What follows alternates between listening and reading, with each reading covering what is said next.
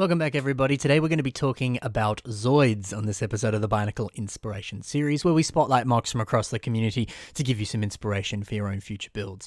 You might be like, Ben, I don't know what a Zoid is. Well, let me give you the Wikipedia definition of a Zoid, just in case you're not familiar. So Zoids were a media franchise, or a science fiction media franchise, created by Tommy, that featured giant robots, or mecha, that are called Zoids. A Zoid is essentially a large mechanical animal with designs being based on animals, including dinosaurs, insects, arachnids, or other mythological creatures. So if you're familiar with the show, if you're familiar with the toys, this might be quite exciting for you. And I think it's a thing that translates surprisingly well to Lego. So if you're a fan of Zoids, or you just need some inspiration for your own future builds, let's take a deep dive into these and see if we can live up to that and do exactly that. The first Zoid that we've got today is built by Daniel Brickson, and this is Firefox. So what's cool about this to me is there's various compartments for different things on this Zoid.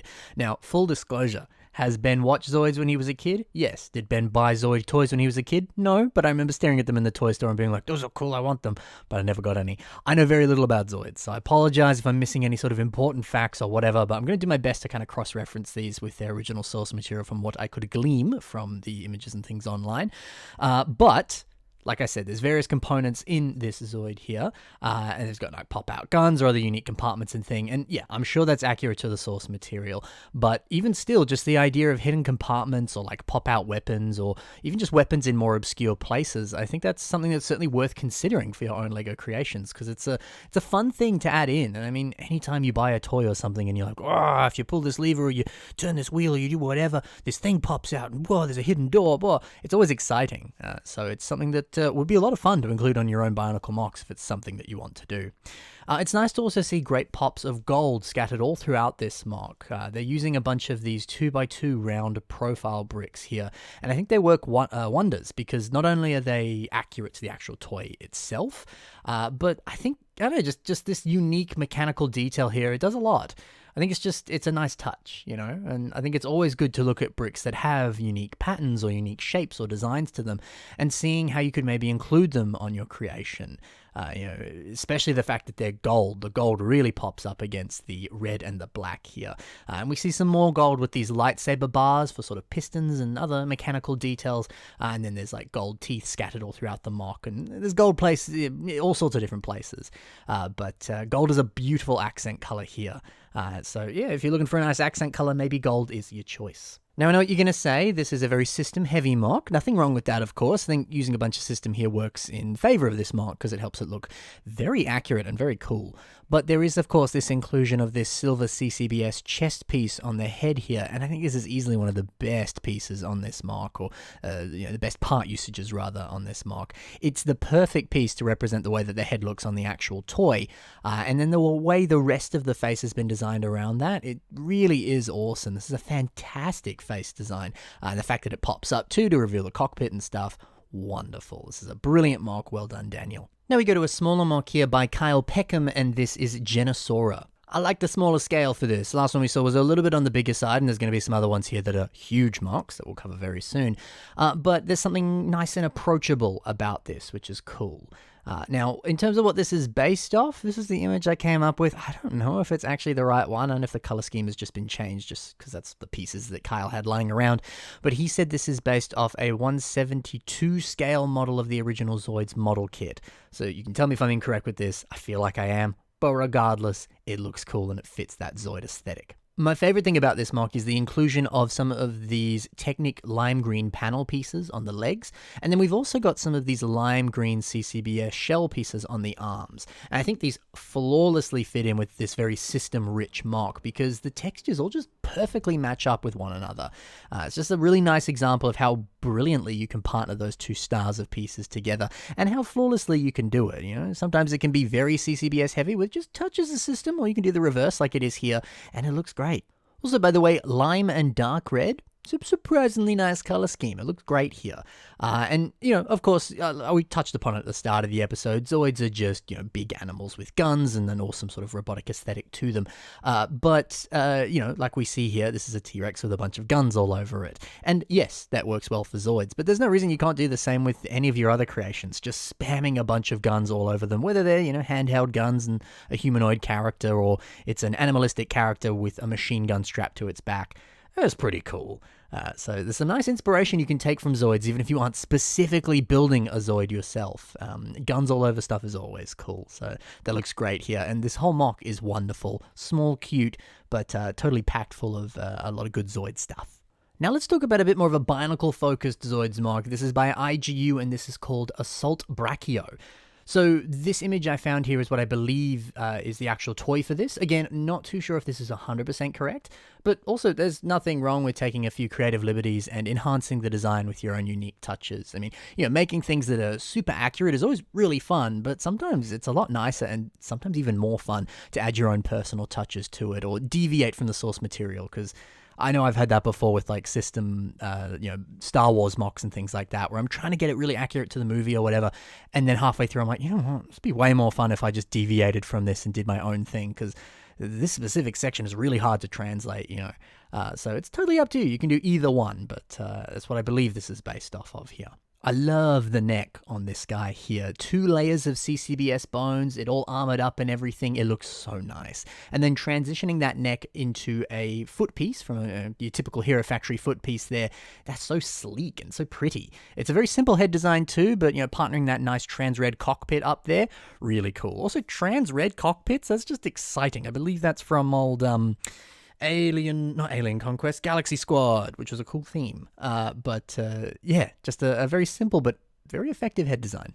I also adore the body here, the way that they've really kitted it out with plenty of like fun greebles and details and things. It makes for a really wonderful aesthetic. And also the fact that it's a mix of limbs as well as treads as well. That's a really fun concept. Another thing that's fun is seeing this old Spybotics piece as a part of the back here. There's actually some photos here that the builder's taken with the original set for this Spybotics, the red Spybotics set there. So if you're not too familiar with it, that's the actual set. It's a surprisingly obscure LEGO theme, but they were pretty cool. You kind of could do little remote-controlled missions, and there was a game that kind of went with it and stuff. It was fun. Seeing that partnered in the back there is a wonderful inclusion and a really nice part use. Such a unique vibe to this build. It's really something. Now, up next, we've got a real special one. This is Blade Liger, and this is by, I don't really know how to pronounce his name, so I'm going to say it, Brick. This is so cool. There's a really solid amount of accuracy with this to the source material. The way it's been translated into LEGO is just incredible. You almost don't even believe that it's LEGO. It's fantastic. And there's just a wonderful, sleek and imposing design to this mock, especially on the head design, which is probably my favorite part. That orange cockpit pops so nicely. The way the teeth and the whole mouth area is done is very well done. And I adore this mane, using a lot of these mixel joints or different clips and things to create multiple spikes to form that mane-inspired look here for this, lion-like, or I guess tiger-like if it's Liger, design. It's fantastic. I really enjoy some of these nice accents of yellow. They're a nice addition, especially because they're always pretty much localized as some sort of bottom or top of a piston. And that's a good inclusion, and it really helps the black and white, very predominant colors of this mock look a little bit less dull. So a little bit of extra yellow in concentrated areas is very smart. Got a super simple tail design, but it works, and it's nice and posable because it's just those mixer joints. Sometimes super simple and not so complex gets the job done, and it looks great. There's also a lot of subtle but wonderful greeble details all throughout this, like these tubes flowing everywhere on the body, but also the back has a lot of nice sort of ridges and rivets and things, and it's just really impressive to see. Would love to one day see this in person at a convention or something. It'd be a really impressive build. So well done, good sir. You have absolutely nailed this, especially with the way that the blades actually drop down like this. Very nice touch. And again, I'm sure accurate to the source material, but really nice to see a good little play feature packed in there. Very, very cool. Now for the big guns, we got a mock by Tonaru826 Lego, and this is, what it's called on Twitter is Original Lego Zoid Destroy Stinger. So this is baller. This is what inspired this episode. It's such a good mock.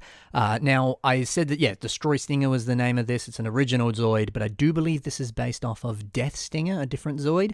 Again, I had to do some Google Translate shenanigans with this one on Twitter, so this may not be fully accurate, but that's the translation that came up through Twitter there. So that is, I believe, the source material and the name of this mock. Another thing that was said on Twitter is that they said when they built this, they really wanted to include the brick separator pieces in some kind of unique or interesting way. And because brick separators are more often orange, they thought, well, I may as well make the color scheme orange here. So hey, if you're ever unsure of a color scheme to go with on a mock, maybe you shouldn't focus on the colors and you should instead focus on one or two different pieces that you want to use and then let those pieces dictate the color scheme. It's a good idea. I know sometimes people get stuck on what colors they want to use, so hopefully that's helpful.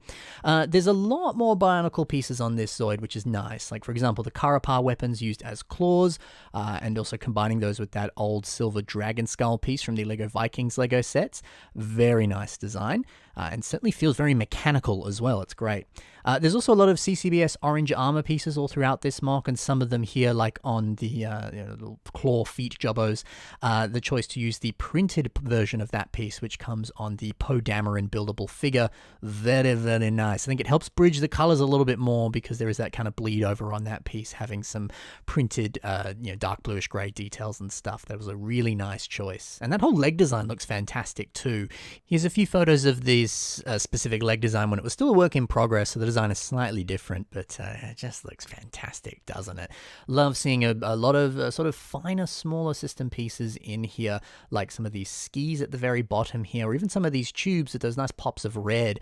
Really good focus on the mechanical underside of this, some unarmored areas with some of the little bits exposed there. That just looks gorgeous. Also seeing that big old sturdy ratchet joint there, so it can kind of link up with the rest of the body. You know that this is a super sturdy, strong mock. And for a mock that's this big, especially like, look at some of these photos. Here it is next to a water bottle.